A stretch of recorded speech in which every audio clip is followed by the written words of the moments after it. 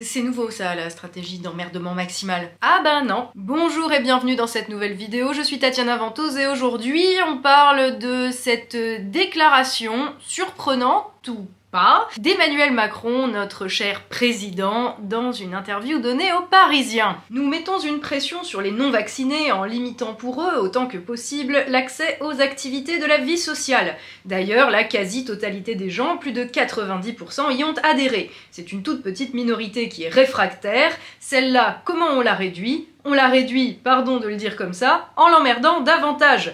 Moi, je ne suis pas pour emmerder les Français, je peste toute la journée contre l'administration quand elle les bloque.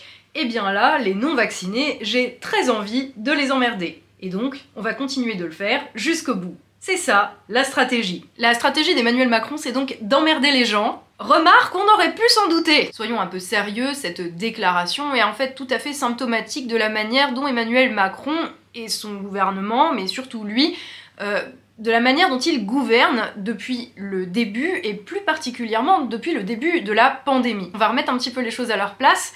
Le type est quand même chef d'État. Et en tant que chef d'État, dans une situation telle que celle-ci, tu as deux options à ta disposition. La première, tu considères que les non-vaccinés sont très dangereux pour toute la société, et donc tu rends de ce fait la vaccination obligatoire. C'est une option.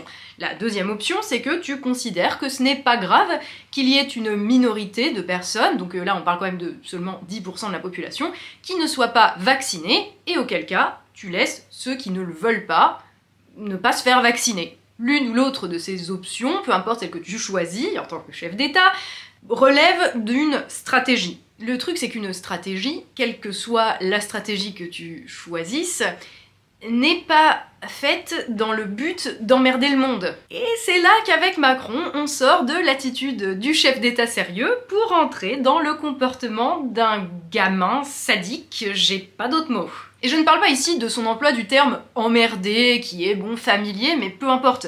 Non, non, je parle du fait qu'Emmanuel Macron dise que emmerder les gens qui ne sont pas d'accord avec lui, c'est donc sa stratégie. Je rappelle que le type est chef d'État et qu'une stratégie d'un chef d'État, elle est faite dans un seul et unique but, c'est de protéger la population et le pays. Emmerder les gens pas d'accord avec toi, ce n'est pas une attitude digne d'un chef d'État. On va tous être au moins d'accord là-dessus. Utiliser ton pouvoir, parce que c'est ça là, pour infliger des difficultés aux gens qui ne sont pas d'accord avec toi et le revendiquer comme étant une stratégie, c'est en fait tout le contraire de protéger un pays. Même si tu mets la vaccination obligatoire, ce que Macron ne fait pas, c'est beaucoup plus insidieux que ça, tu ne le fais pas pour emmerder les gens qui ne veulent pas se faire vacciner, tu le fais pour protéger tout le monde. Car gérer un pays, c'est prendre des décisions pour protéger le pays et agir dans l'intérêt commun. Parfois, c'est difficile. La plupart du temps, tu n'as pas 100% des gens que tu gouvernes qui sont satisfaits de ta politique. Mais le but, encore une fois, de ta politique, ce n'est pas d'emmerder les insatisfaits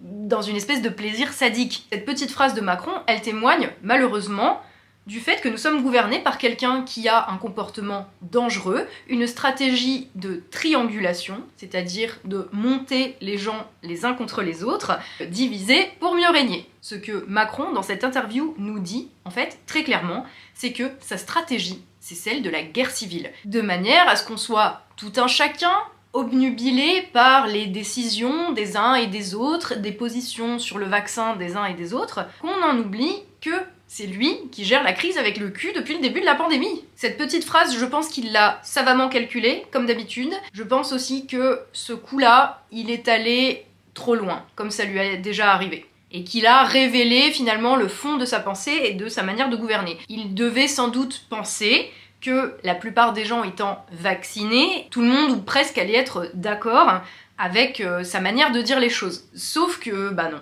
Sauf que non, c'est pas parce qu'on est vacciné, et c'est pas parce qu'on trouve aussi que certains anti-vax ont beaucoup trop de tribunes, d'ailleurs bizarrement, dans les médias, et que certains anti-vaccins peuvent nous faire chier, qu'on est d'accord pour humilier les gens qui ont peur du vaccin, les gens qui doutent, et les gens, au fond, qui ne sont pas d'accord avec Macron. Tout cela est malheureusement symptomatique de la manière dont toute cette crise a été gérée et de la manière qu'a ce président, et ce gouvernement aussi d'ailleurs, de gérer le pays de manière plus générale. C'est une manière de gouverner qui consiste à humilier les gens, à faire une chose puis une autre, à dire une chose puis à en faire une autre, avant de redire encore autre chose et de dire le lendemain qu'on n'avait jamais dit ce qu'on avait dit qu'on ne ferait pas. Bref, une manière de semer la confusion dans la tête des Français, de manière à ce qu'on ne sache plus à la fin comment on s'appelle, pour qu'on se tourne vers l'ennemi que Macron aura désigné pour nous. En l'occurrence, sur cette question, les 10% de gens qui ne veulent pas se faire vacciner. Mais Macron est vraiment cette fois allé trop loin. Parce qu'après avoir passé 2 ans à mentir, à changer d'avis, à nous promettre que jamais il ne ferait de passe vaccinal, puis à essayer de le faire passer à l'Assemblée. À l'heure où je tourne cette vidéo, il parle de le faire passer en 49.3. On en est à avoir des soignants non vaccinés suspendus sans paye, mais des soignants positifs au Covid, même asymptomatiques, qui travaillent au contact de malades en risquant donc de les contaminer. On est le seul pays où aucune initiative nationale n'a été prise pour installer des purificateurs d'air dans tous les lieux clos, les entreprises ou encore les écoles. On est le seul pays soi-disant développé à ne pas recommander surtout les masques FFP2 pour le grand public. Masques FFP2 qui sont supposés être ceux qui protègent le mieux. Forcément, le gouvernement n'a pas pris ses responsabilités et comme pour les masques chirurgicaux début 2020 et comme pour les vaccins à la mi-2020, bah ils en ont pas acheté. Donc il y en a pas, donc on les recommande pas, donc on met les gens en danger. Mais par contre, on déclare que ceux qui emmerdent le monde, ce sont les 10% de la population qui ne sont pas vaccinés. Et cette déclaration est tout simplement, et bien malheureusement, la dernière dans la liste d'absurdités qu'on se prend de leur part depuis 2 ans. Et je vous rassure, il y en a encore jusqu'à avril, minimum, parce qu'il y en aura aussi probablement pour 50+. Et les conséquences de cette politique et de cette manière de gouverner ne sont pas simplement de l'ordre de « on se rend tous compte que c'est des débiles, des gens toxiques ou néfastes pour la France ». Les conséquences de cela, c'est qu'on en arrive à être une majorité, à être confus, fatigués, à ne plus savoir que croire ni qui croire. Ils passent leur temps à traiter les gens pas d'accord avec eux de complotistes, alors que ce sont les premiers à répandre des fake news et à agir exactement comme les dirigeants les plus horribles des pires théories du complot.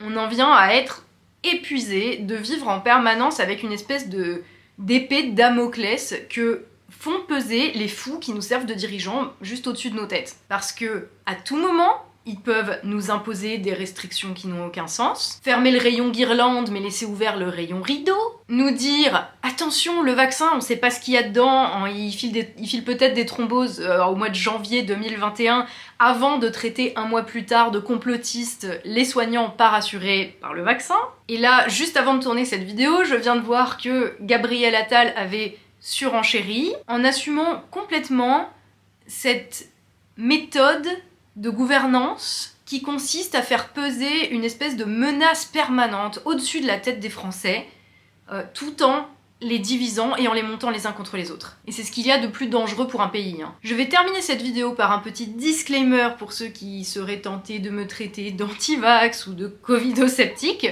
Alors, déjà, c'est dommage parce que c'est pas un secret. Je l'ai déjà dit, j'étais à titre personnel pour une vaccination obligatoire, correctement organisée, avec un suivi et surtout une prise en charge de tous les effets secondaires, et avec la responsabilité engagée de l'État en cas de souci, et c'est très important. Je sais que tout le monde n'est pas d'accord avec mon point de vue. Par contre, je n'ai absolument pas à aller convaincre les gens individuellement d'aller se faire vacciner, parce que je fais pas campagne à la place des toubibs. Quand je dis que je suis ou que j'étais pour une vaccination obligatoire, je raisonne en fait sur un plan politique, pas sur un plan individuel. J'essaye de prendre en compte ce qui me semble être le besoin de la totalité de la population, en sachant que le résultat ne me satisfait pas et que je préférerais ne pas avoir à même me poser la question de est-ce qu'il faut obliger ou pas la vaccination. Les seules choses que je sais, c'est à quel point le Covid peut être dangereux et détruire la santé même chez des gens qui n'avaient pas de problème avant. Et je vous dis ça aussi alors que j'ai eu des effets secondaires terribles après le vaccin, et je vous parle pas d'un état grippal de 2 jours, mais d'une inflammation multisystémique qui a duré 1 mois et qui a remis en plus une pièce dans la machine de mon Covid long. Donc je vous vends pas le vaccin est totalement sûr, il cause aucun effet secondaire. Je fais au contraire partie de ceux que le vaccin a amoché. Mais malgré ça, dans la balance, les effets secondaires du vaccin sont préférables à ceux du Covid.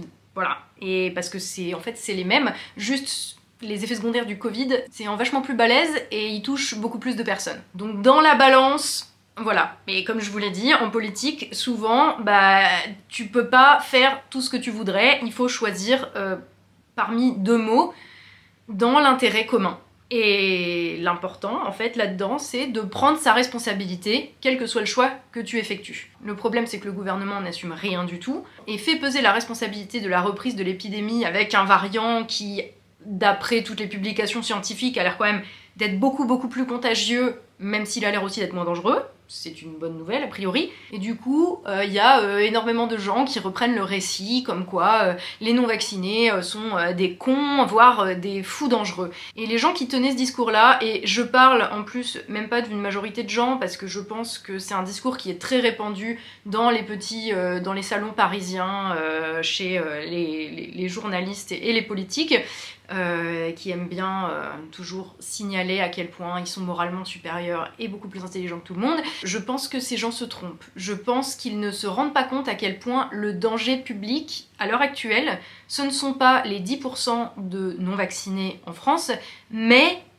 Emmanuel Macron et son gouvernement. Parce que c'est pas juste qu'il nous emmerde, c'est qu'il nous ment, qu'il nous humilie, qu'il nous monte les uns contre les autres. Le problème, c'est qu'il se fout de nous tout en détruisant le pays et tout ce qu'on a en commun. Et si je ne vais encore pas voter pour lui dans 3 mois, ce ne sera pas pour l'emmerder, mais parce que je considère que ce type est un danger absolu pour notre pays. Et je pense que les 5 années qui viennent de s'écouler l'ont montré suffisamment. Parce que je considère que quand t'es président, l'important c'est de protéger le pays et de protéger ses gens. Et Macron fait le contraire. Et je pense que c'est le seul paramètre qu'on doit garder en tête dès lors qu'on se préoccupe de politique. Rappelez-vous qui sont les responsables. Prenez soin de vous.